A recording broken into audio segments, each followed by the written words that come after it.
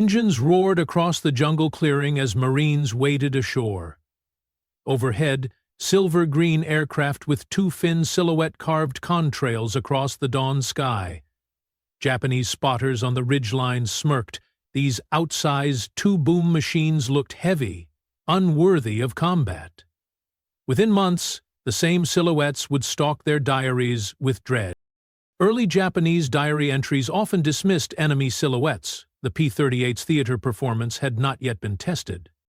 A Japanese naval officer recorded in August 1942, "Strange two-tailed machines, surely heavy and slow." The landings at Guadalcanal and Tulagi on August 7, 1942, were more than an amphibious assault. They were the opening note of America's long Pacific counteroffensive. Marines stormed ashore under naval bombardment, and, in the days that followed, U.S. engineers carved Henderson Field out of jungle and coral. But the campaign also marked the quiet arrival of a fighter unlike anything seen before. The Lockheed P-38 Lightning. From the start, appearances deceived. Japanese pilots, veterans of the China War and early Pacific victories, were accustomed to sizing up their opponents quickly. The A6M Zero they flew was light, almost elegant, an extension of the pilot's hands. By contrast, the Lightning seemed oversized, industrial, and awkward. Twin fins framed a rigid two-boom silhouette.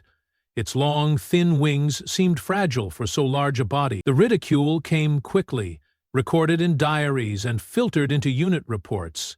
A heavy machine, surely not built for combat. For the Americans, the P-38's arrival was something else entirely. Henderson Field action reports from August and September 1942 record a new Army fighter presence, alongside Marine Wildcats. Marines on the ground described the planes in their own way. One sergeant wrote that they were the strangest fighters I've ever seen. Two tails, one pilot, they sound like thunder coming low. Even to friendly eyes, the Lightning looked alien, yet powerful.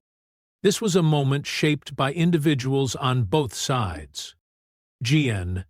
George C. Kenney, newly appointed commander of the 5th Air Force, pressed to bring the Lightning forward into combat, convinced its long legs could cover distances that no other Allied fighter could.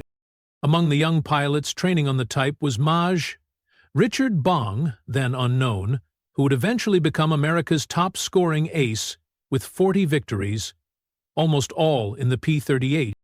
On the Japanese side, Lt. Shiro Ishikawa of the Imperial Navy's 11th Air Fleet was one of those who recorded the strange sight in letters home.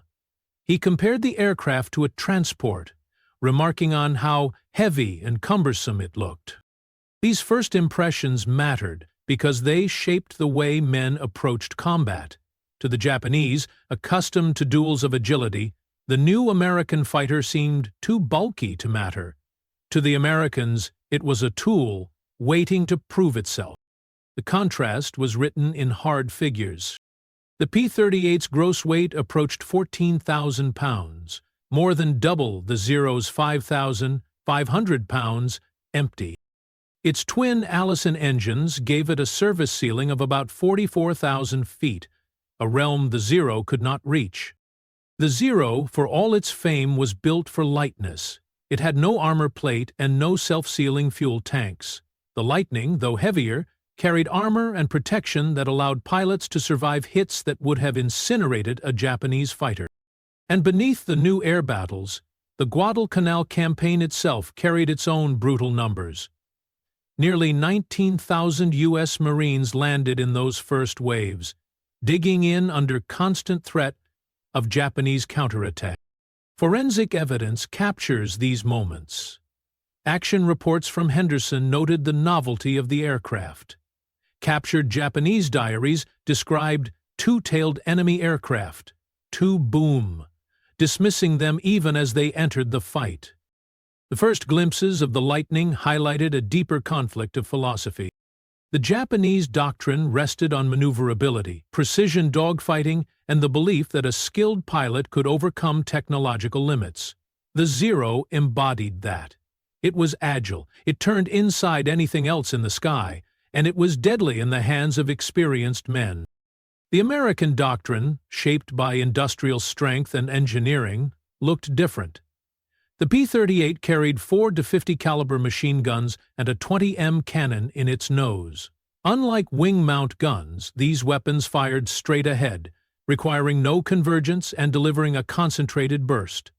The Lightning's climb and dash speed meant it could decide when to engage. It did not need to outturn a Zero. It needed only to fight on its own terms. From the first patrols, this difference was visible. Japanese pilots dove in, eager to turn tightly with the strange twin tail. The Lightning pilots, briefed carefully, did not accept the invitation. They climbed higher, dove faster, or extended away, always returning with the advantage of choice. In post-war interviews, Iti Ishikawa admitted that the first reaction was ridicule. "We joked that the Americans had welded 2 fuselages together," he recalled. But the jokes wore thin. The twin-tail fighters lingered over Henderson longer than expected, their endurance double that of a Zero. Patrols that Japanese pilots assumed would end after 2 hours stretched into 4. Another Japanese officer wrote later, "They stayed above us like shadows. We could not chase them down." Saburo Sakai, the famed Japanese ace, would later admit in his memoirs that once a P-38 dove away, the Zero could not follow. Its speed advantage, though not always decisive, meant escape was easy. The inversion was sharp. What looked to boom in August 1942 was designed to dominate precisely in these conditions: long-range patrols, high-altitude interceptions, quick strikes. The laughter recorded in Japanese diaries would soon give way to tactical warnings. By early 1943, Japanese units were issuing specific instructions on how not to fight the Lightning. Never try to climb after it, never follow it into a dive, avoid contact unless the odds were overwhelming. But in these first days, none of that was yet written.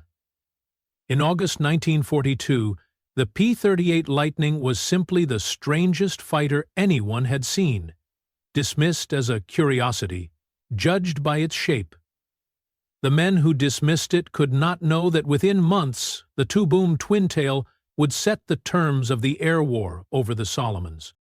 By mid-1942, Lockheed's P-38 output approached $150–170 per month. A6M production typically ran $300–400 monthly in 1942, peaking around the mid-600s in 1943.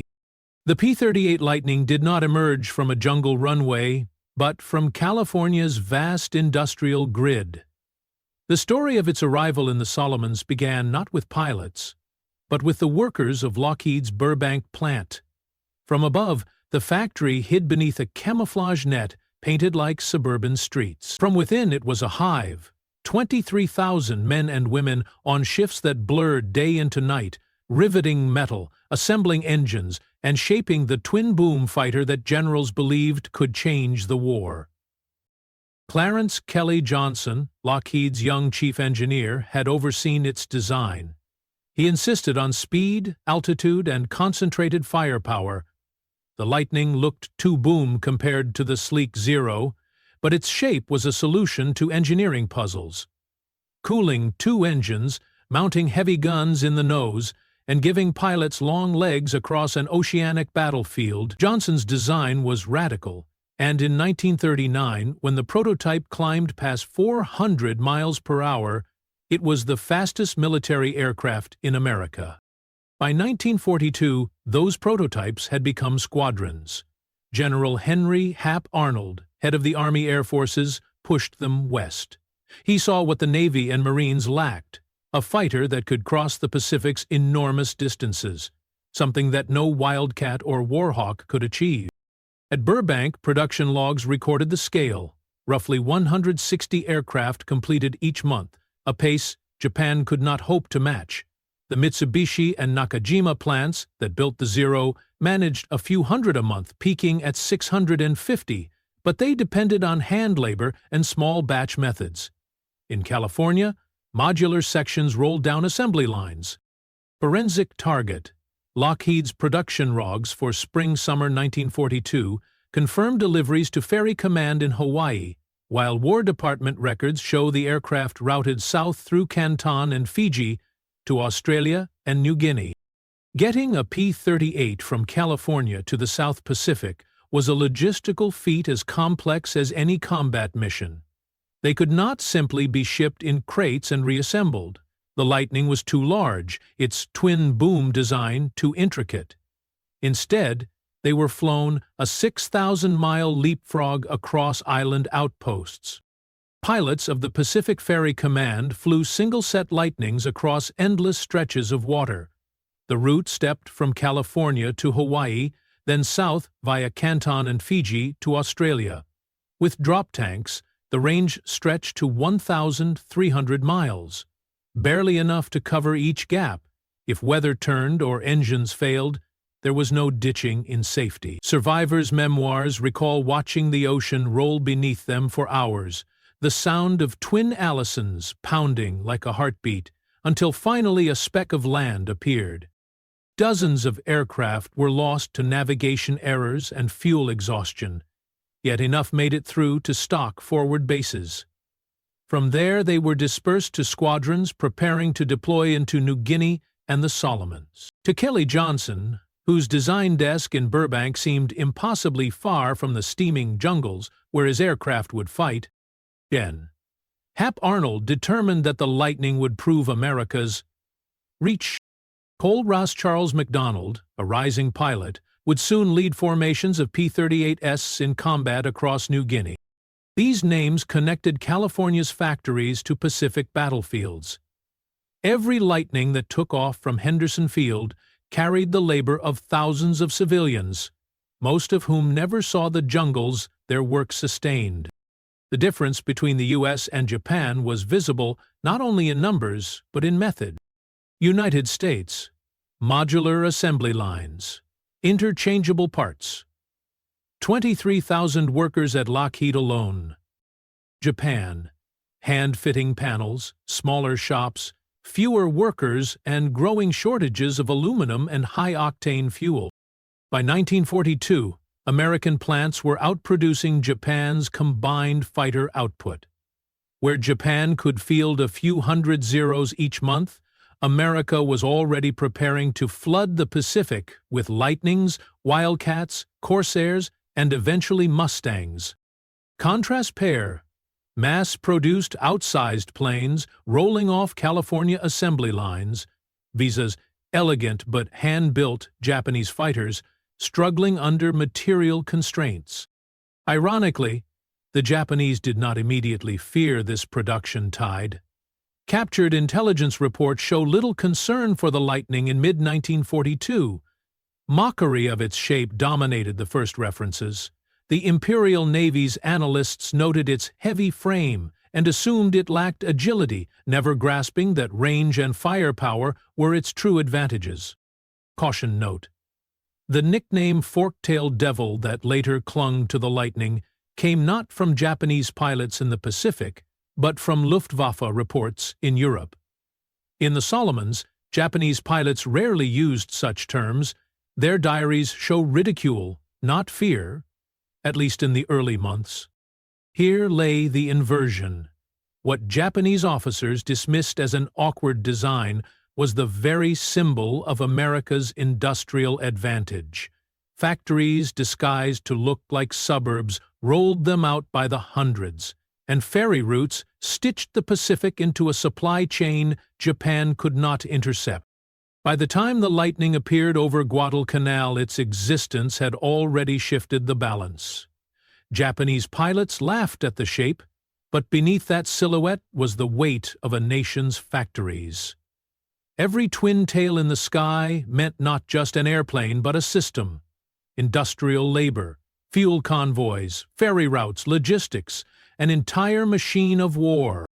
By late 1942, the Solomons would become the testing ground for these machines.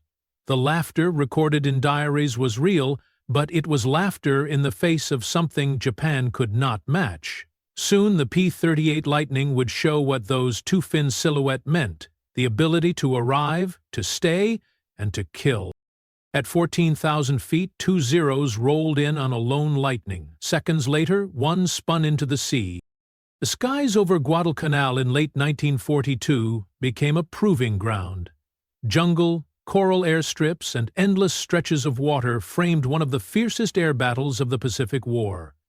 For the Lockheed P-38 Lightning, this was its first trial by fire.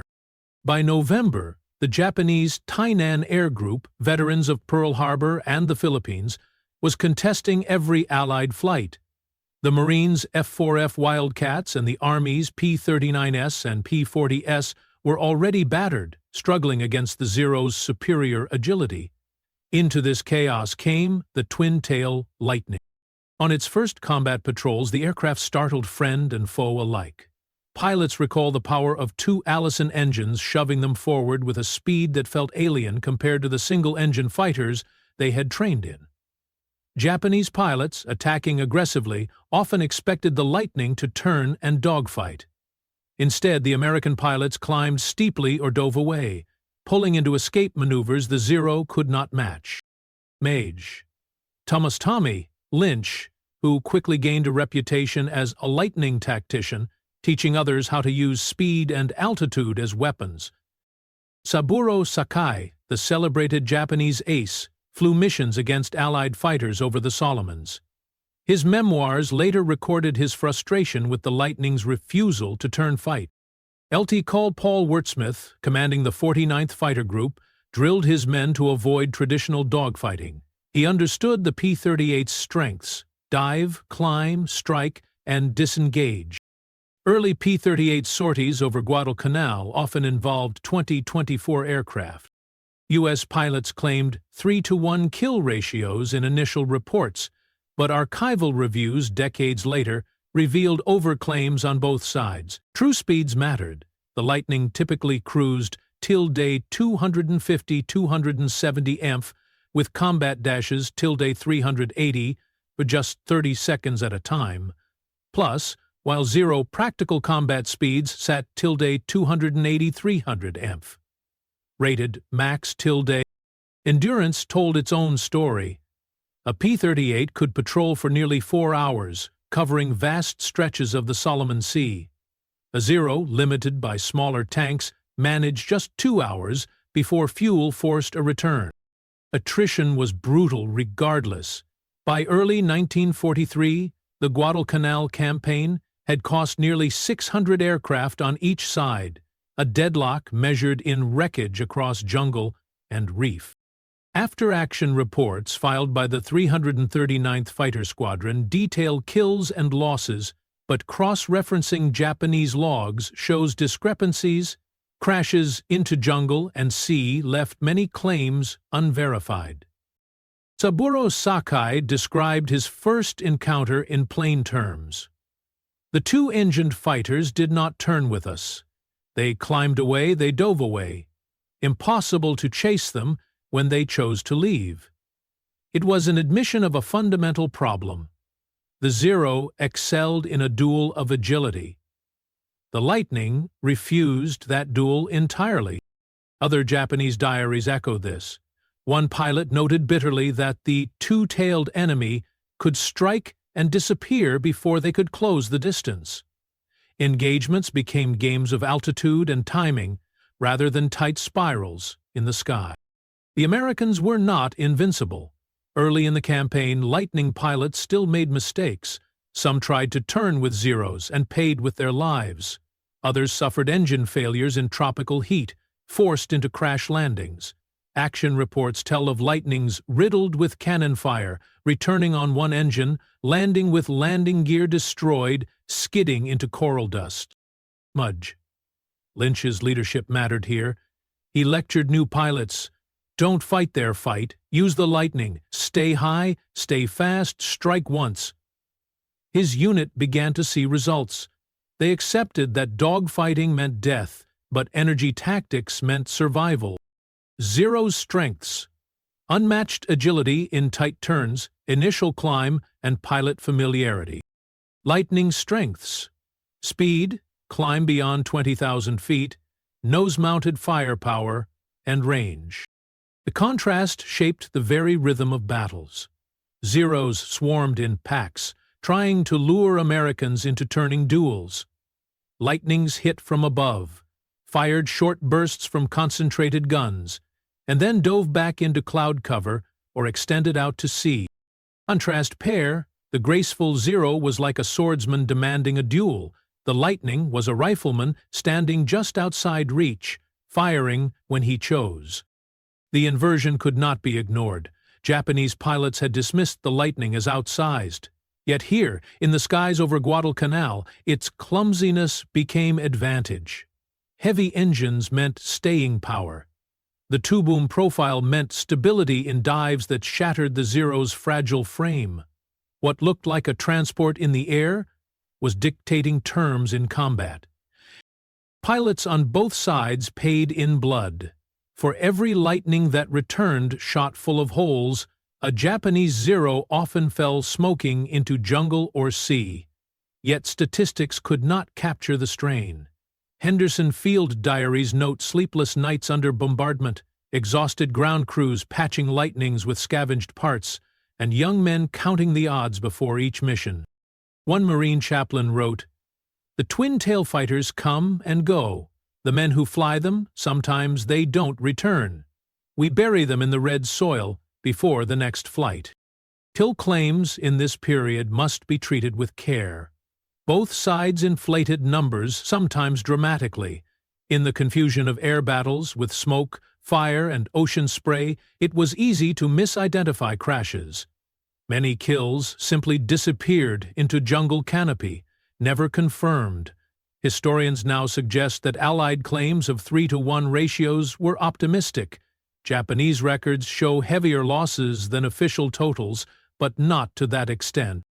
By early 1943, patterns were set.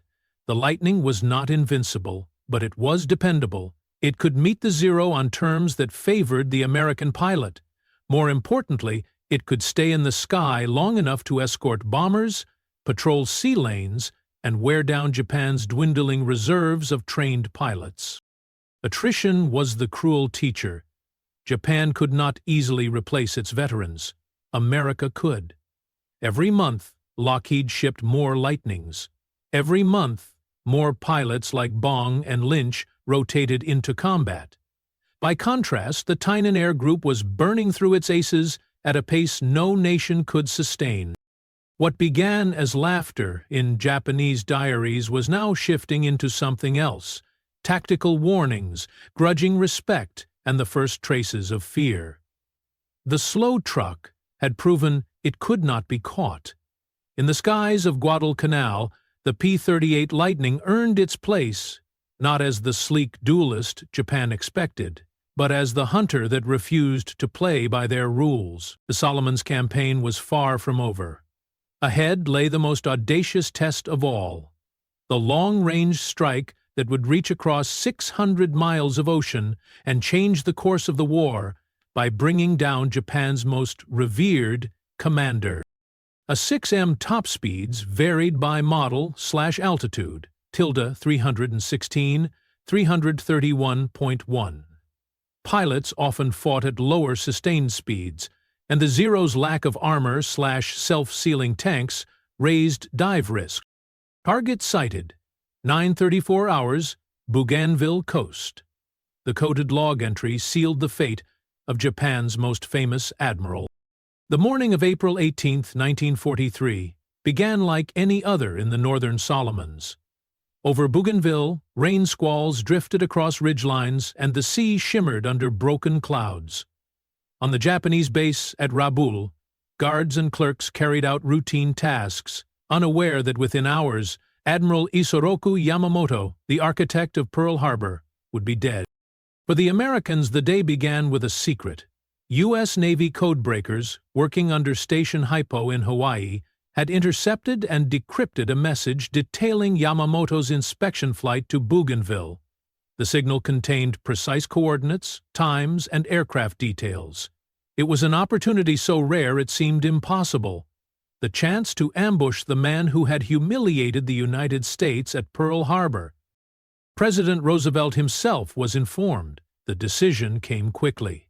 Intercept Yamamoto. Range and timing would be everything. The mission was handed to the Army Air Forces. Only one aircraft in the Pacific had the range to fly from Guadalcanal to Bougainville, engage and return. The Lockheed P-38 Lightning. The plan fell to MAJ. John W. Mitchell, commanding the 339th Fighter Squadron. On the evening of April 17th, he gathered his pilots in a dim tent at Henderson Field and laid out the assignment. 18 P-38s would fly the mission. 4 assigned as the killer group to intercept Yamamoto's aircraft, the rest as cover. The numbers were stark. The route stretched nearly 600 miles each way, skimming just above wave-top level to avoid detection. Navigation would be exact to the minute. A deviation of even 5 minutes might mean missing the target completely. Pilots were ordered to fly at 50 feet above the sea, in formation, without radio chatter. Forensic Target USA mission planning documents preserved in squadron archives detailed the precision of the flight path, including headings, times, and altitudes. At dawn, April 18, 1943, 18 Lightnings lifted off from Guadalcanal.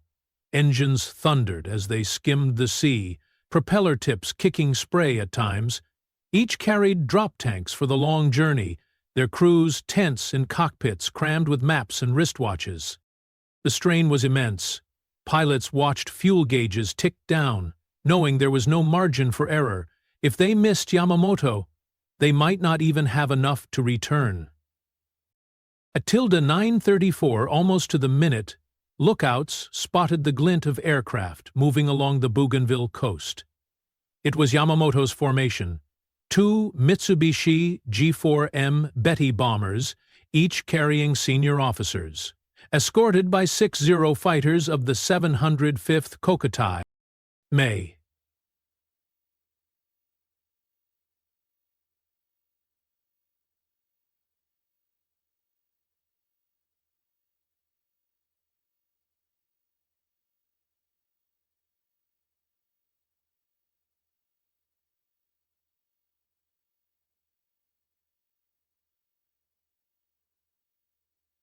Majed Subarinov caused an uplet to attack the bombers. The rest of the formation rose to meet the Zeros. Barber dove onto the lead Betty. He fired a burst from his nose guns, tracers stitching across the bomber's fuselage. Smoke billowed, then flames. The aircraft plunged into the jungle below. Inside was Yamamoto, killed instantly by gunfire or the crash. Lanfear engaged the escort and claimed a bomber as well, though post-war analysis disputes this. Holmes pursued the second Betty, crippling it and forcing a crash landing. Survivors, including Admiral Ugaki, crawled from the wreckage. Meanwhile, the covering Lightnings tangled with the Zeros. Outnumbered, but using speed to advantage, they shot down several. One P-38, flown by Little Hind, was lost, never seen again, presumed down at sea. 18 Lightnings launched, 16 reached intercept. Mission distance, 1,000 nautical miles round trip. Yamamoto's Betty bomber cruised at 265 mth, too slow to escape. Engagement altitude, 10,000 feet. Duration, less than 34 minutes. Forensic Target. Japanese Naval Diary entries note, Yamamoto's death by 10 o'clock IEM. U.S. mission logs record interception times within minutes. A surviving Japanese officer, writing in his diary later that night, captured the shock. Our commander fell from the sky, betrayed by distance itself.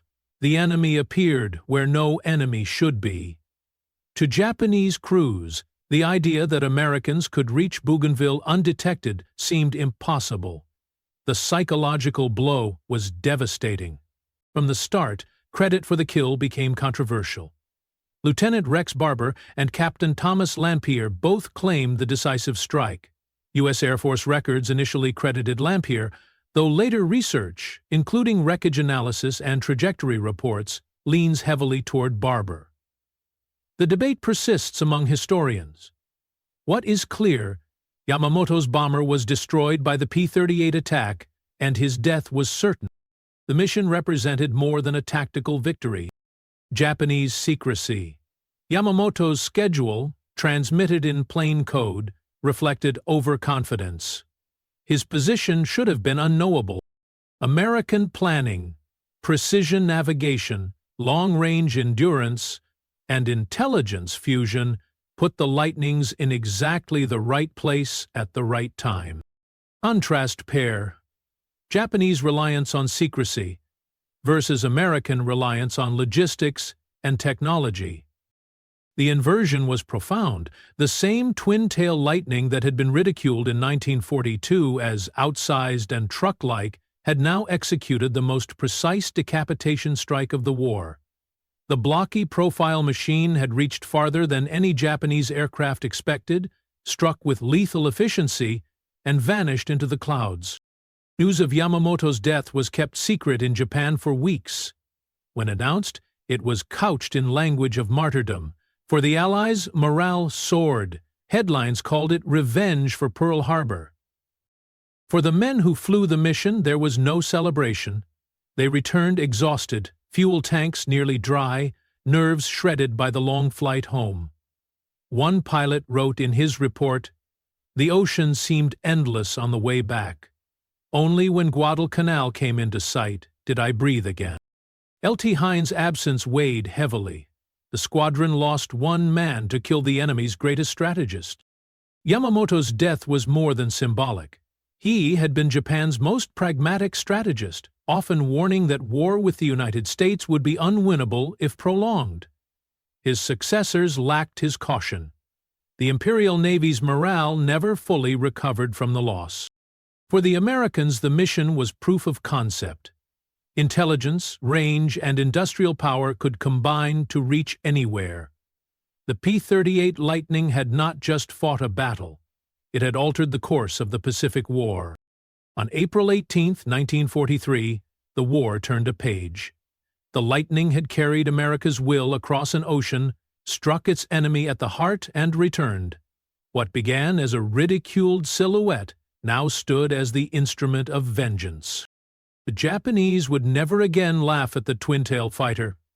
In the months to come, over the Solomons and New Guinea, the Lightning would cement its reputation as hunter, escort, and executioner. Dawn over Rendova, jungle mist lifted as Lightnings roared off steel runways. By mid-1943, the P-38 Lightning was no longer a curiosity. It was the backbone of America's long-range fighter effort in the South Pacific.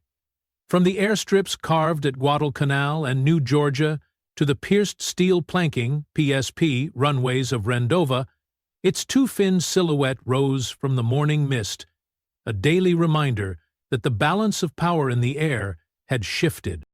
The success of Operation Vengeance had proven what the aircraft could do. Now came the grind. Daily escort missions, long sweeps over enemy bases, and relentless pressure that eroded Japanese strength. The Solomons became a vast aerial chessboard, and the Lightning often moved first. The campaign's names became etched into history. May. Richard Bong, flying the P-38 almost exclusively, began a run of victories that would carry him to 40 confirmed kills, the highest of any American pilot in World War II. May. Gerald Johnson, another ace of the 5th Air Force, refined tactics that emphasized group coordination. Hill Kirby, though a Thunderbolt pilot by fame, flew alongside Lightning formations, exemplifying the growing partnership of U.S. fighters across the Pacific. These were not isolated heroes, but symbols of a system. America could produce not just planes, but pilots, trained in numbers Japan could not match. Bong's record, 40 victories in the Lightning. Escort radius, up to 1,200 miles with drop tanks, covering bombers, striking Rabaul and beyond. Analysts place 1943 Japanese air losses in the low thousands. many in the Solomons. Exact totals vary by theater boundary. U.S. losses were on the order of 1,000 plus, painful yet sustainable under U.S. production rates. Bombing raids. B-24 Liberators, escorted at 20,000 feet, far above the Zeros' optimal combat ceiling. Forensic target. Mission logs from the 49th and 475th Fighter Groups record repeated long-range sorties, often lasting 4 to 6 hours. Captured Japanese diaries describe the steady erosion of their squadrons, pilots noting that the enemy comes daily without fail. By late 1943, Japanese pilots no longer dismissed the Lightning, a captured aviator admitted under interrogation. They climb where we cannot, dive where we cannot. If they choose to fight, we must accept, but we cannot force them. This was the new reality. The Zeros still turned tighter, but the Lightning's endurance meant it stayed overhead after Japanese planes had to break off. Patrols once dominated by Imperial wings now ended with Zeros scarce and Lightnings still circling. The Lightning's ascendance was not just about engines and guns. It was about the ground it launched from. At Rendova, Seabees laid steel matting runways, turning swamp into solid airstrips in weeks. Fuel convoys poured into the islands. Maintenance crews rotated engines, patched holes, and fitted drop tanks with efficiency born of industrial depth. The Japanese, by contrast, fought from crumbling coral strips. Fuel shortages forced rationing. Replacement aircraft trickled in slower than they could be destroyed. The infrastructure gap grew visible. America built runways that swallowed whole squadrons. Japan fought from mud. Contrast pair U.S. steel runways versus Japanese crumbling, fuel-starved strips. By 1943-44, the Lightning's tactics had matured into a doctrine. Flights flew in elements of 2, squadrons in groups of 4 or more. The motto was simple: boom and zoom. Strike with speed, avoid turn fighting, climb away, and re-engage only when advantageous. Bong was famous for his marksmanship, closing to near point-blank range before firing the Lightning's concentrated nose guns. Other pilots emphasized patience, waiting for altitude advantage before diving into formations. The Japanese responded with desperation. Some pilots tried head-on attacks, hoping to exploit the Lightning's size. Others attempted ambushes at lower altitudes. Success was fleeting. The Lightning's twin engines offered both speed and survivability. Pilots often returned home on one engine, limping into Henderson or Munda, while Zeros, consumed by a single burst, never returned at all. The achievements of Bong, Johnson, and others became celebrated headlines back home. Yet historians caution that aerial victory counts were often exaggerated. Confirmation was difficult in the haze of jungle and ocean. Smoke trails vanished into canopy, wreckage went uncounted, and kills were sometimes claimed by multiple pilots. Even so, the pattern was undeniable. American aces multiplied, while Japanese veterans dwindled. By late 1943, attrition was visibly hollowing Japan's air arm. Aircraft losses mounted faster than production. Pilot training programs shortened drastically, sending barely prepared aviators into battle. Fuel shortages meant training hours were slashed. Rookies arrived in the Solomons with only minimal flight time. Against this, the Lightning seemed unstoppable. Every week more arrived. Every month, pilots rotated in, fresh and confident. The ratio of experience shifted. Where once Japan's elite aces dominated, now inexperienced youth faced seasoned American squadrons. The inversion became clearer with every mission. The blocky profile, unworthy Lightning, dismissed in its first appearances, had become the nightmare of the Solomons. The very traits once ridiculed, weight, range, two-fin silhouette, were now decisive. Japanese diaries that once sneered at the silhouette began to speak of dread. "Two tails in the sky," one pilot wrote, "and the mission is already lost." Numbers tell part of the story, But the human dimension ran deeper. Lightning pilots endured missions of 5, sometimes 6 hours, strapped into cockpits where the heat was suffocating. Sweat-drenched flight suits and fuel fumes clung to every breath. Long returns over endless ocean-tested nerves. Ground crews bore equal burden. At Henderson and Munda, mechanics worked knee-deep in mud, fighting tropical rot, swapping engines under driving rain. One crewman recalled, "We had no time to think of the war. The plane came back, shot up, we made it fly again, and it went out the next morning." For Japanese crews, exhaustion became despair. Diaries reveal the sense of inevitability. "Every dawn they come, we patch what we can, but the strip crumbles. We are losing not by fighting, but by being ground away." By early 1944, the Solomons belonged to the Allies. The P-38 Lightning had not done it alone. Wildcats, Corsairs, and bombers all played roles, but its endurance, speed, and firepower made it the spearhead. From its two-fin silhouette to its nose-mount guns, it represented America's industrial machine in the sky. The Zero had begun the war as a symbol of Japanese dominance. In the Solomons, the Lightning became the symbol of American inevitability. The laughter of 1942 had turned into silence.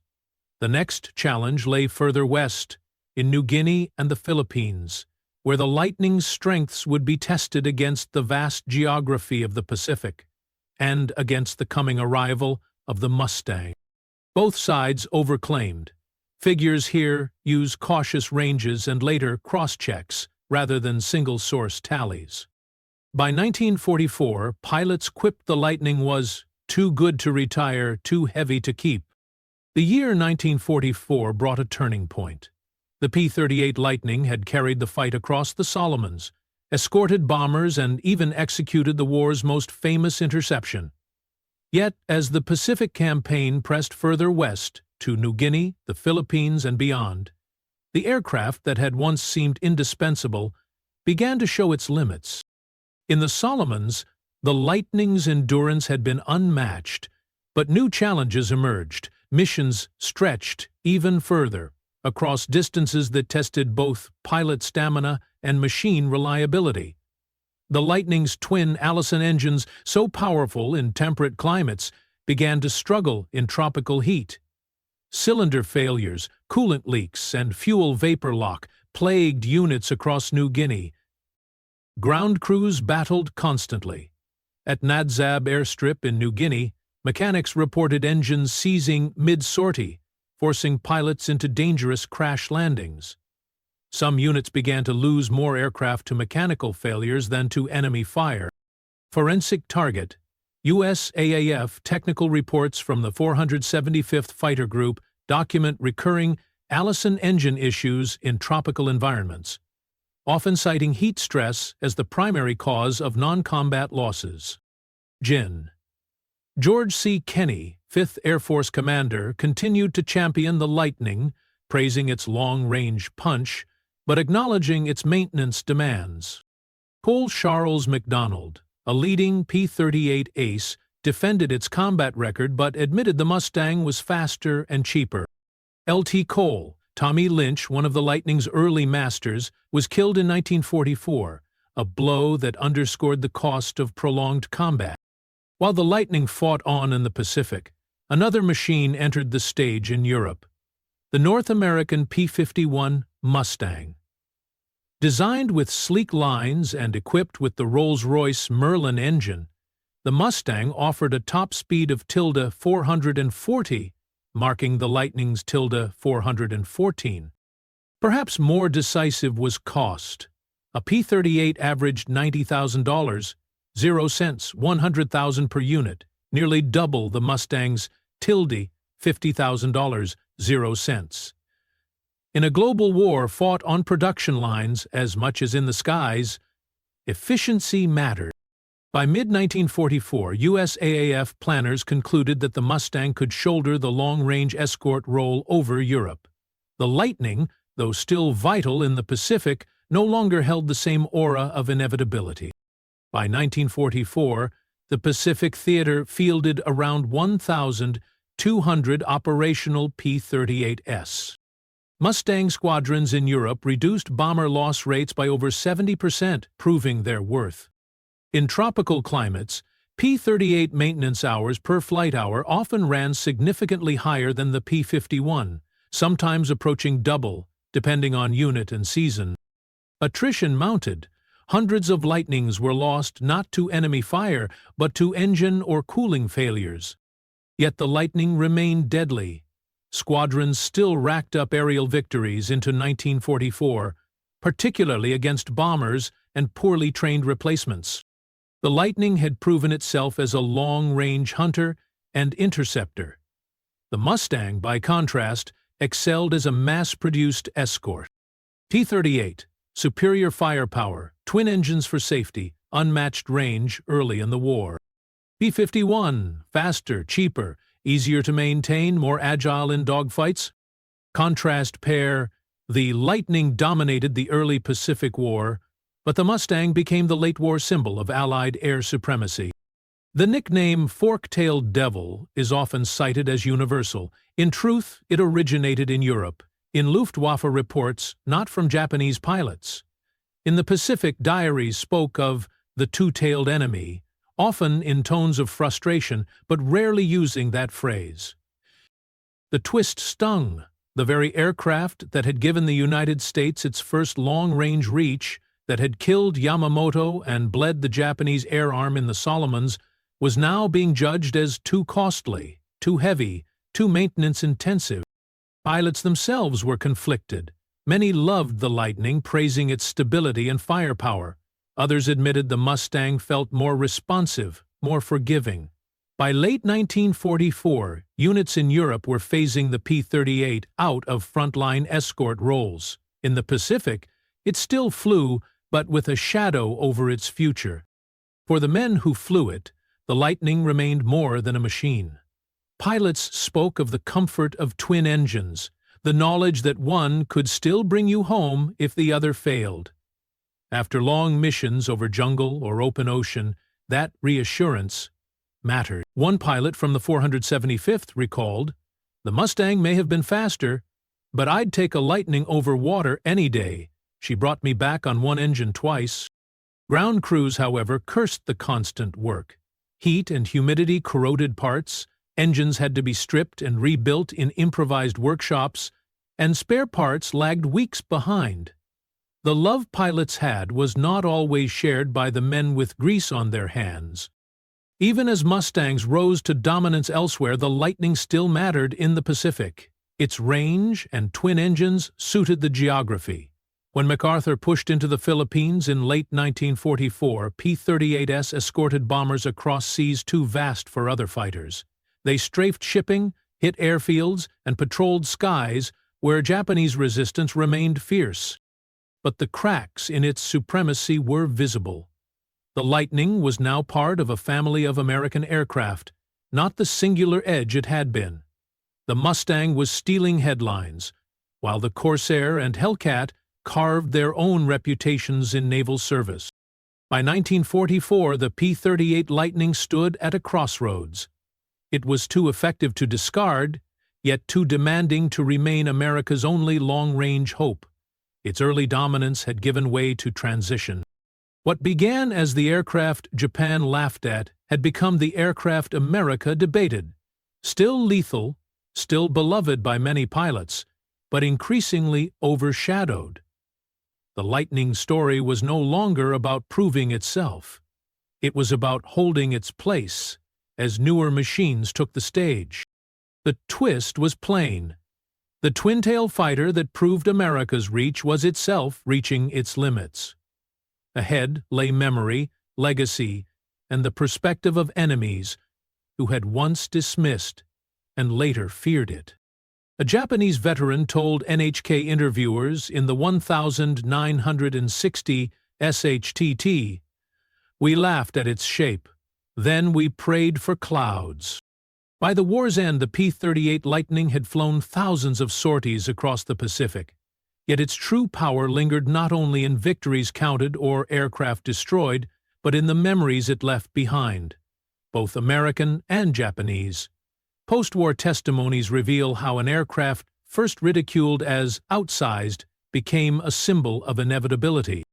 When the guns fell silent in 1945, veterans on both sides carried private recollections of the twin tail. Saburo Sakai, Japan's famed ace, later admitted in his memoir that the Lightning's refusal to turn fight made it an enigma. "It was not a duelist," he wrote, "but a hunter who chose the moment." Gen.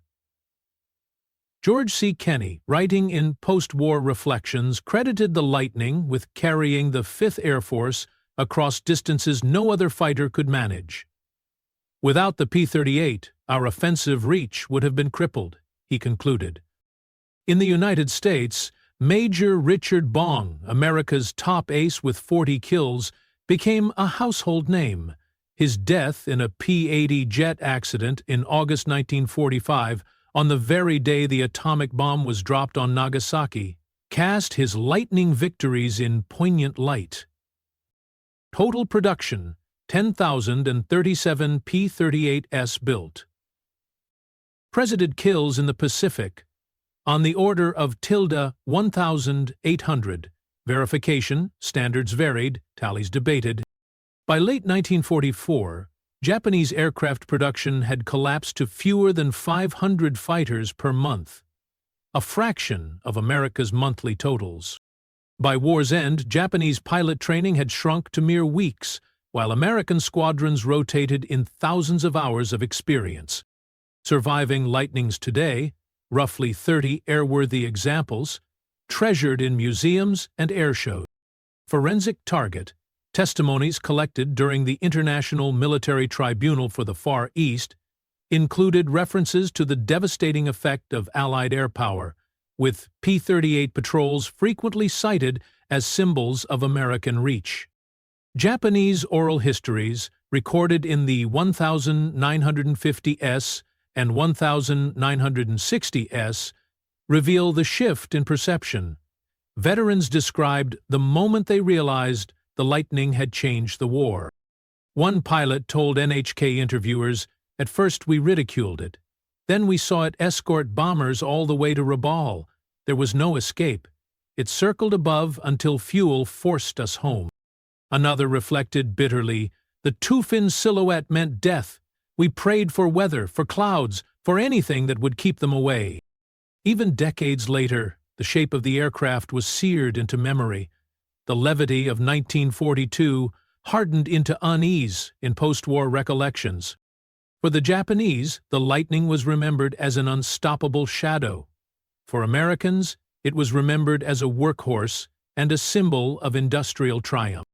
In Japan, museum exhibits at places like Yushukan in Tokyo noted the Lightning with grudging respect, often as the machine that killed Yamamoto. In the United States, the National Museum of the U.S. Air Force celebrated it as one of the great designs of Kelly Johnson, precursor to later legends like the U-2 and SR-71. Contrast pair: Japanese humiliation at being hunted versus American pride in a machine that embodied reach and inevitability. As with all war stories, myth blended with fact. American newspapers called it the fork-tailed devil, though this was a European nickname born of Luftwaffe encounters, not Japanese. Ace tallies were celebrated, but historians cautioned that 40 kills or 20 kills were often inflated, the fog of war obscuring true counts. The Yamamoto mission became a national legend. While it was indeed a feat of precision and endurance, credit disputes and later mythologizing turned it into something larger than the messy, dangerous operation it was. Caution note: oral histories decades later often reflect hindsight. Fear of the P-38 grew in memory, sometimes exaggerated beyond what pilots actually felt in 1942-43. Still, the consistency of these testimonies, linking the twin-tail silhouette to inevitability, underscores its psychological power. The twist resonated strongest in memory. Men who once ridiculed the Lightning now spoke of it with awe. The very silhouette they laughed at became shorthand for American dominance. For American veterans, the twist lay elsewhere. Many who flew the Lightning loved it, swore by its firepower and range, yet lived to see it overshadowed by the Mustang in late-war glory. Some admitted resentment that the aircraft that had carried the Solomons campaign was so quickly eclipsed in reputation. In villages across Japan, families remembered pilots who never returned from missions against Lightnings. In towns across America, families remembered sons who came home alive because twin engines had carried them across the ocean. One American pilot recalled in a 1970 oral history, "I lost a cylinder over the Bismarck Sea. She shook like hell, but one engine kept me going. I thought of those boys in Mustangs over Europe. When their engine quit, it was over. For us, the Lightning gave you a second chance." By the 1960s, veterans could look back with distance. Japanese pilots no longer ridiculed. American pilots no longer argued over supremacy. Instead, the two fin silhouettes stood as symbols of survival, dread, and memory. The laughter of 1942 had become the echo of fear, told decades later to grandchildren and historians. The blocky profile fighter that once drew ridicule had burned itself into the collective memory of two nations. Ahead lay the legacy, how museums, historians, and even children staring up at gleaming restorations would carry forward the image of the two-fin silhouette. What began as a curiosity ended as an icon. In air museums today, children point first at the two-fin silhouette, the shape once ridiculed, now iconic. When the war ended in 1945, the Lockheed P-38 Lightning faced the same fate as many weapons of victory: retirement. Newer fighters were already taking the spotlight, yet its silhouette, so strange in 1942, endured in memory, museums, and the histories written afterward. The Lightning had carried America through the Solomons, intercepted Yamamoto, and given young pilots like Richard Bong a path to legend. Even as it was eclipsed, it refused to disappear. The U.S. Army Air Forces flew the Lightning until 1949, when the jet age made piston fighters obsolete. Surface P-38s were scrapped by the hundreds, their aluminum recycled into peacetime goods. Yet a few survived, tucked away in hangars or flown by civilians who recognized their historical value. At the same time, stories of its feats grew in telling. The Yamamoto mission became the centerpiece in books and films. Bong's 40 victories turned him into a folk hero. Pilots who had limped home on one engine kept telling the tale. The Lightning had saved them when no other aircraft could. Service life: 194 twin, 1949 in U.S. inventory. Total produced: 10,037 aircraft. Surviving examples today, on the order of a few dozen, with -30 airworthy and more in restoration or museum display. P-38J top speed, -420 met, variant/altitude dependent, competitive with late-war designs. Charles Lindbergh flew 50 unofficial combat missions in the P-38 in 1944, extending range techniques that influenced U.S. doctrine. Forensic Target, Smithsonian Archives, and USAF historical summaries document the Lightning's post-war use, while restoration notes trace surviving airframes now displayed worldwide. Telly Johnson, the Lightning's designer, went on to lead Lockheed's Skunk Works, producing icons like the U-2 and SR-71. He often said the P-38 taught him lessons he carried into those projects. Charles Lindbergh, famed aviator, secretly flew combat missions in the Pacific in 1944. His expertise in fuel management extended the Lightning's already long range, a contribution remembered by the pilots he advised. Gen. Hap Arnold, who had championed the Lightning in 1941, later cited it as proof that America's aviation industry could innovate under pressure, as the praise. Japanese aviation writers of the 1950S and 1960S reflected on the Lightning with a mix of grudging respect and awe at America's technological pace. They noted that the United States could field an aircraft with such range and firepower years before Japan could even attempt something similar. Some compared the Lightning to Japan's failed twin-century fighter projects, which never reached the same level of reliability. Enemy POV. A Japanese historian wrote in 1964, "We had dismissed the strange American twin-tail. When it proved capable of reaching anywhere, of killing Yamamoto himself, we realized too late what industry had achieved." The Lightning was remembered differently across nations. In the U.S., celebrated as a pioneer of long-range fighter tactics, immortalized by aces and missions of daring, museums restored it as a symbol of industrial genius and engineering boldness. In Japan, recalled as the machine that turned laughter into dread, the aircraft that embodied America's inexhaustible reach. Contrast pair. Overshadowed in reputation by the Mustang in U.S. memory, versus seared into Japanese memory as an icon of inevitability. The Lightning's story did not escape exaggeration. The fork-tailed devil nickname arose in Luftwaffe reports in Europe. Pacific diaries seldom used it. In the Pacific, Japanese sources spoke of the two-tailed enemy, but rarely with that dramatic phrasing. Kill tallies, whether Bong's 40 or squadron totals, were often inflated by the fog of war. Many kills were double-counted, some never confirmed, yet the broader truth remains.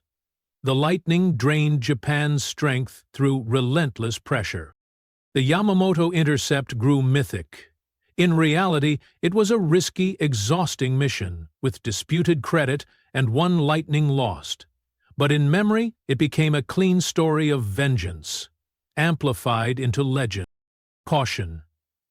Note: these myths are reminders to separate symbolic truth from historical complexity.